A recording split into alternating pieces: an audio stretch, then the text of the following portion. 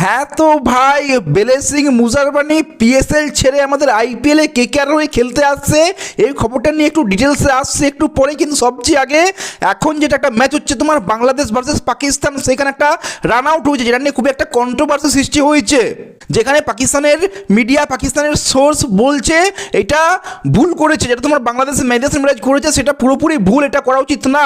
তো দেখো কি হয়েছে, মেহেদী হাসান মিরাজ বল করলো, রিজওয়ান ব্যাট করছিল, রিজওয়ান সোজা খেললো, বলটা গেল তোমার বোলিং এন্ডে। ওইখানে সালমান আলী আগা একটু আগে দাঁড়িয়েছিল, ও ভাই বলটা কুড়িয়ে মেহেদী হাসান মিরাজকে দিতে যাচ্ছিল। মেহেদী হাসান মিরাজ কি করলো, বলটা উইকেট থ্রো করে দিল, আউট হয়ে গেল, এম্পায়ারকে রান আউট দিয়ে দিল।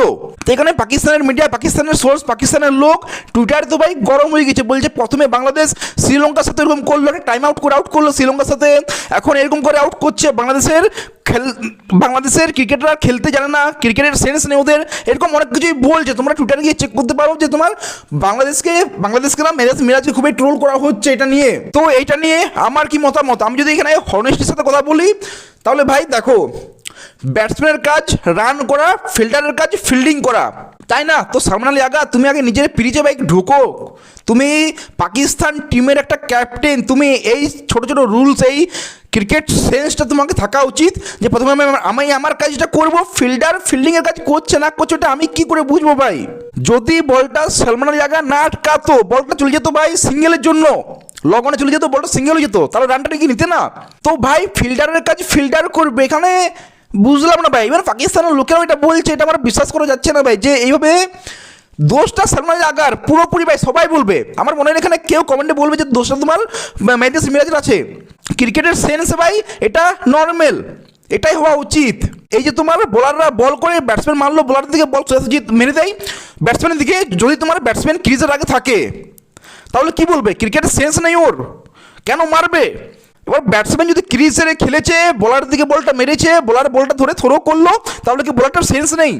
আমার মনে হচ্ছে এখানে তোমার মেহেদী হাসান মিরাজকে ফালতু ট্রোল করা হচ্ছে, ফালতু এটা বলা হচ্ছে, এরকম করা উচিত না। ক্রিকেট সেন্স বা এটা আউট ছিল, আউট দিয়েছে, যেটা একদম ঠিক ডিসিশন। এখানে তোমার পাকিস্তানের ক্যাপ্টেন সালমান আলী আগাকে শেখা উচিত। ও যে রাগটা দেখাচ্ছিল না ভাই, আমি দেখছিলাম খেলাটা, ও যা রাগটা দেখাচ্ছিল ভাই, ব্যাট ফ্যাট ছড়ে দিচ্ছিল, ও মানে কি বলবো ভাই, জানো মানে ওর ভুলেই না, ওর কোনো ভুল নেই, খুবই ইনোসেন্ট একটা লোক।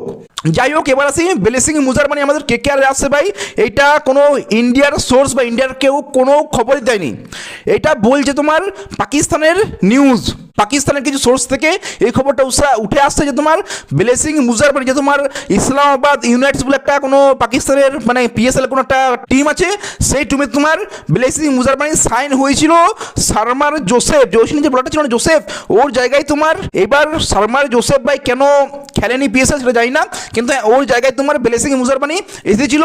এবার বেলেসিং মুজারবানিও বলছে আমরা খেলবো না, এটা পাকিস্তানের সোর্স থেকে আমি বলছি, এটা কোনো ইন্ডিয়ার সোর্স বা ESPN ক্রিকবাজ এরকম কোনো সোর্স থেকে উঠে আসছে না খবরটা, এটা পাকিস্তানের সোর্স থেকে উঠে আসছে যে তোমার মুজারবানি কেকেআর সাইন হয়ে গেছে, তাই সে পিএসএল খেলতে চায় না, পিএসএল খেলবে না। আর এটা নিয়ে ওরা খুবই একটা কড়া বক্তব্য রাখছে যে ভাই বেলেসিং মুজারবানিকে বয়কট করা হোক পিএসএল থেকে, কোনোদিনই যেন পিএসএল খেলতে না দেওয়া হয়, এরকম যেটা বলে আর কি, ওটা ওরা নিজের কথাবার্তা চলছে। তো ভাই দেখো, আমি একদিন আগে একটা ভিডিও বানিয়েছিলাম যেখানে বলেছিলাম আমাদের কেকেআরে বেলেসিং মুজারবানিকে চাই, এবং আমি ওকে প্লেইং 11 রেখেছিলাম, যখন কেকেআরের বেস্ট প্লেইং 11 করছিলাম আমি বেলেসিং মুজারবানিকেও কেকেআরের প্লেইং 11 রেখেছিলাম। তোমরা চেক করতে পারবে, একদিন আগে ভিডিও বানিয়েছিলাম যেখানে আমি হর্ষিত রানার কি আপডেট, লেটেস্ট আপডেট কি, পাতি রানার কি আপডেট, আমি সব কিছুই ওই ভিডিওতে ডিসকাশন করেছিলাম, তোমরা চেক করতে পারো ভিডিওটা। তো যাই হোক ভাই, এই নিয়ে তোমরা কি বলবে কমেন্টে জানাও। ভিডিওটা ভালো লাগলে লাইক শেয়ার সাবস্ক্রাইব করে দিও। দেখা হচ্ছে পরের ভিডিওতে, টেক কেয়ার, সি ইউ।